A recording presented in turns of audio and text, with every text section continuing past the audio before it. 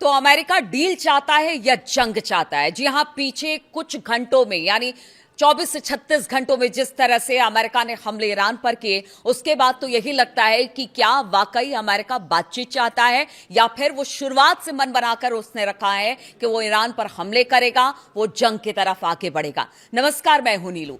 तो अमेरिका के हमलों के बाद ईरान ने अब जवाबी कार्रवाई की है। लेटेस्ट खबर के साथ शुरुआत कर रहे हैं इस वीडियो की, जो कि अब जो गुरुवार सुबह यानी कि 11 तारीख की सुबह जो हमला किया गया अमेरिका की तरफ से, उसके बाद ईरान ने जो हमले किए हैं उससे इस वीडियो की शुरुआत करते हैं। तो अमेरिका के हमलों के बाद ईरान ने जवाबी कार्रवाई की है। ईरानी सेना ने अपने बहरीन और कुवैत में अमेरिकी मिलिट्री बेसिस पर अटैक किया। साथ ही ईरान ने हॉर्मुज स्ट्रेट में 2 जहाजों को भी निशाना बनाया है और इस बात का दावा ईरान ने किया है। अमेरिका के ईरान पर गुरुवार तड़के किए गए हमले के बाद ईरान के जवाबी अटैक से पश्चिम एशिया में एक बार फिर से तनाव बढ़ता दिखाई दे रहा है। इसमें एक बार फिर पूरे क्षेत्र में युद्ध के लौटने का अंदेशा अब पैदा हो गया है और लोग इस आशंका में हैं कि इसके बाद होगा क्या। क्या ये युद्ध और ज्यादा बड़े पैमाने पर आगे बढ़ेगा? इस्लामिक रिवोल्यूशनरी गार्ड कॉर्प्स यानी आईआरजीसी की ओर से कहा गया कि उसने गुरुवार तड़के बहरीन के शेख ईसा एयरबेस और कुवैत के अली अल सलेम और अहमद अल जावेर एयरबेस पर ड्रोन से हमले किए। साथ ही हॉर्मुज स्ट्रेट से गैर कानूनी रूप से गुजरने की कोशिश करने वाले 2 तेल टैंकरों पर भी हमला किया है। वो आगे आपको बताएंगे कि हॉर्मुज स्ट्रेट अब पूरी तरह से ईरान ने बंद कर दिया है और उसने क्या कहा है वहां से गुजरने वाले जहाज और देशों को, वो भी आपको बताएंगे। लेकिन अगर आज सुबह सुबह की बात की जाए तो अमेरिका ने ईरान पर पहले हमला किया और ये करीब करीब भारतीय समय अनुसार 11 तारीख की तड़के 3-4 बजे के आसपास यह हमला शुरू हुआ अमेरिका की तरफ से।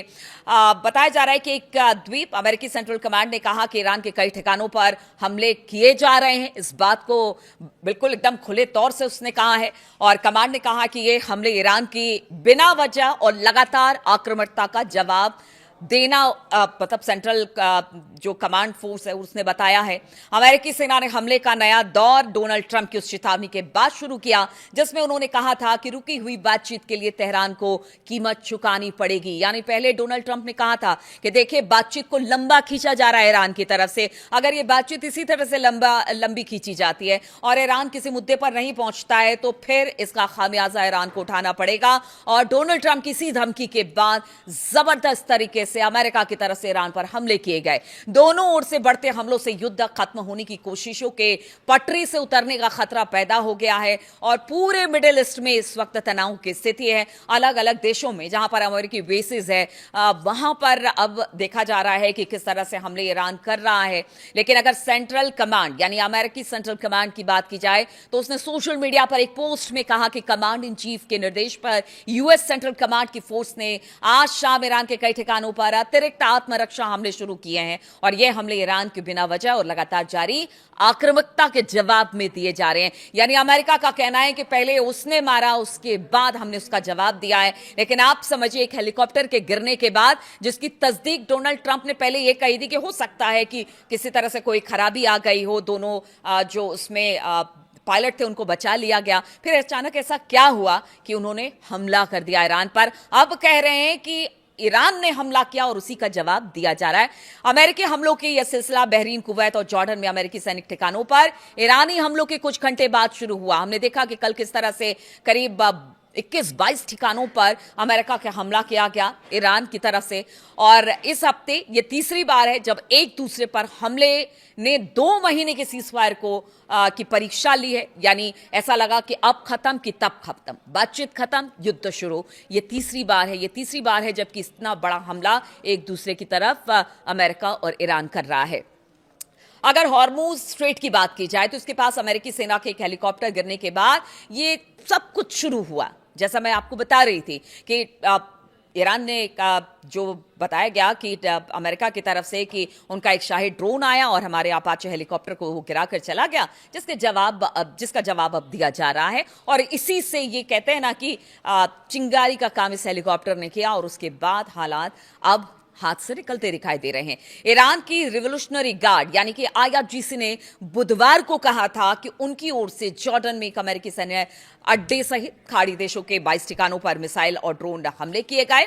जिस तरह का दावा था वो तस्वीरें भी आई। ईरान ने इन हमलों को हॉर्मुज स्ट्रेट के आसपास अमेरिकी सैन्य हमलों के जवाब में कार्रवाई बताया। मतलब आप सोचिए कि अब अगर इस पूरे मामले को देखा जाए, जब तीसरी बार है कि सीजफायर बिल्कुल खतरे में आ गया है, तो एक अपाचे गिरता है अमेरिका का, अमेरिका ईरान पर हमले करता है, फिर उसके जवाब में ईरान अमेरिका के 22 ठिकानों पर हमला करता है। आज सुबह फिर बताया जाता है कि अमेरिका ने ईरान के कई शहरों पर हमला किया और उसके बाद कुछ देर के बाद ही ईरान ने भी बताया कि हमने भी कुछ कार्रवाई की है, हमने भी हमले किए हैं ईरानी एयरबेसेस पर और कुछ जो हॉर्मुज से गुजरने वाले जहाज थे उनको भी टारगेट किया। यानी पिछले 36 घंटे में ये 3-4 इंसिडेंट एक के बाद एक आया है, जिसके बाद स्थिति बहुत बदतर हो गई है। ईरान के खाड़ी देशों में अगर बात की जाए तो अमेरिकी हितों पर हमलों के बाद डोनाल्ड ट्रंप ने कड़ा रुख अपनाने का संकेत देते हुए तेहरान को धमकी दी थी, लेकिन कहां ईरान इस धमकी को मानने वाला है। उन्होंने अमेरिकी मीडिया से बात करते हुए कहा कि अगर तेहरान जल्द किसी समझौते पर नहीं पहुंचता है तो अमेरिका उसके महत्वपूर्ण बुनियादी ढांचों को निशाना बना सकता है। अब देखिए कि पहले भी ये बात कह चुके थे कि उनके बिजली प्लांट को निशाना बनाया जाएगा, उनके गैस सप्लाई पाइपलाइन को निशाना बनाया जाएगा, बहुत सारी बातें थी और एक बार फिर से उस बात को दोहराया कल ट्रंप ने। डोनाल्ड ट्रंप ने कहा कि ईरान ने समझौते के लिए बातचीत में बहुत अधिक समय गंवा दिया है, अब उसे इसकी कीमत चुकानी होगी। तो ये ट्रंप की 37वीं 38वीं पता नहीं कितनी धमकी है जो ईरान को मिल चुकी है, लेकिन ईरान है कि अपने हितों को लेकर, और उसका कहना है कि जिसमें ईरान का हित है उसको लेकर किसी तरह की कोई कॉम्प्रोमाइज नहीं की जाएगी, और इस वजह से ट्रंप बार बार इस तरह की धमकी दे रहे हैं। ट्रंप ने दावा किया कि ईरान की मिलिट्री, नेवी और एयरफोर्स पूरी तरह से तबाह हो चुके। ये तो आप सोचिए कि मतलब फरवरी में हमला शुरू हुआ, उसके 10 दिन बाद से ये कह रहे हैं ट्रंप की देखिए हमने पूरे उनके नेवी और एयरफोर्स को खत्म कर दिया।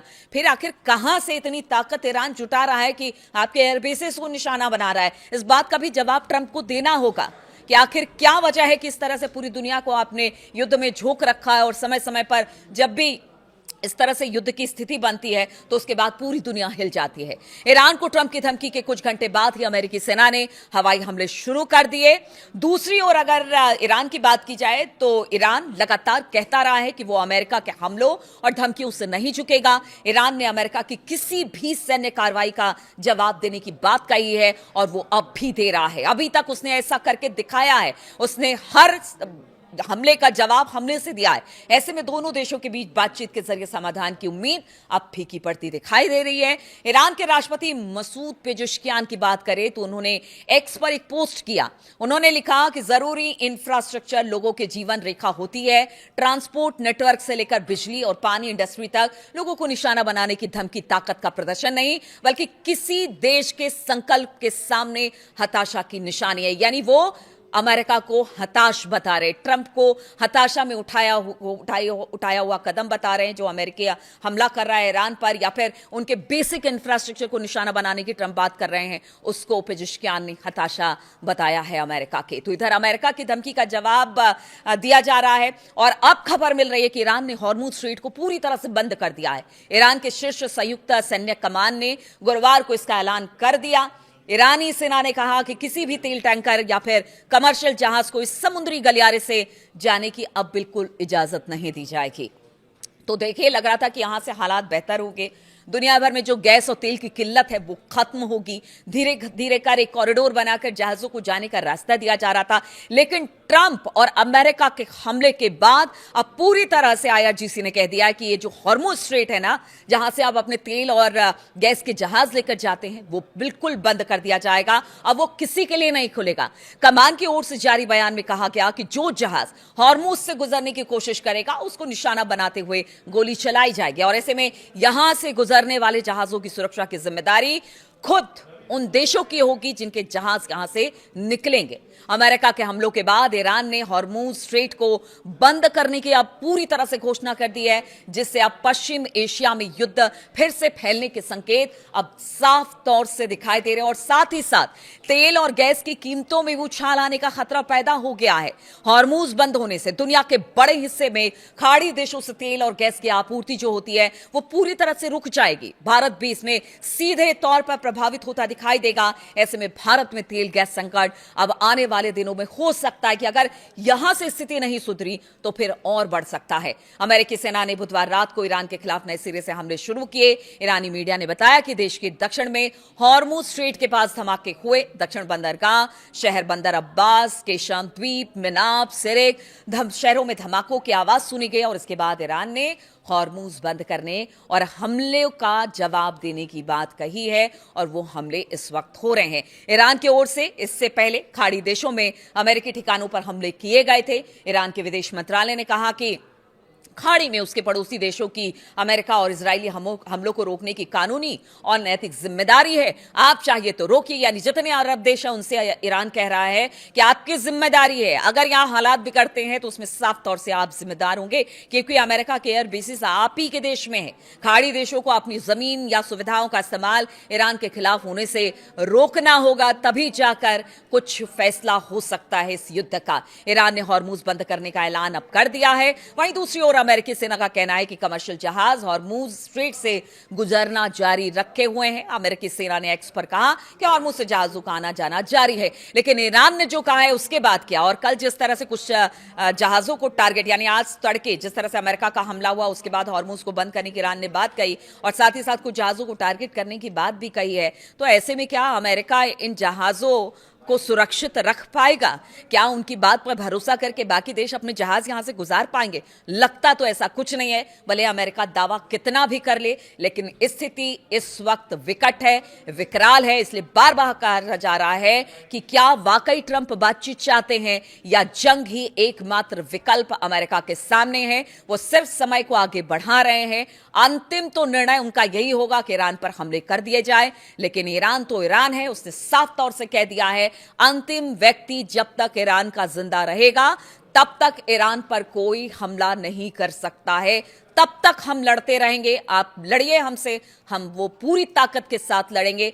हमारे साथ हमारी पूरी आवाम है, हमारे सारे लोग हैं। इसलिए अमेरिका को समझना होगा कि युद्ध रोकना है तो अपने तेवर को ढीले करे, बातचीत का रास्ता अख्तियार करे। ईरान लगातार कहता रहा है कि वो बातचीत के मंच पर बैठने को तैयार है, लेकिन बातचीत को बातचीत की तरह रखे। एक तरफ बातचीत और दूसरी तरफ हमला करके आप ईरान को खत्म नहीं कर सकते हैं। तो स्थिति इस वक्त पूरे मध्य पूर्व एशिया की बात की जाए, इन मिडिल ईस्ट की बात की जाए तो इस वक्त तनावपूर्ण बना हुआ है। अब देखना होगा कि हमले के जवाब में हमला शुरू हो चुका है, तो क्या अब ये धीरे धीरे युद्ध जो है वो आगे बढ़ता हुआ दिखाई देगा और यहां से स्थिति अगर बिगड़ती है तो पूरी दुनिया में इसका असर देखने को मिलेगा। बहुत बहुत शुक्रिया मेरे साथ इस वीडियो में शामिल होने के लिए। तब आप अपडेट्स लेकर मैं आपके सामने आती रहूंगी।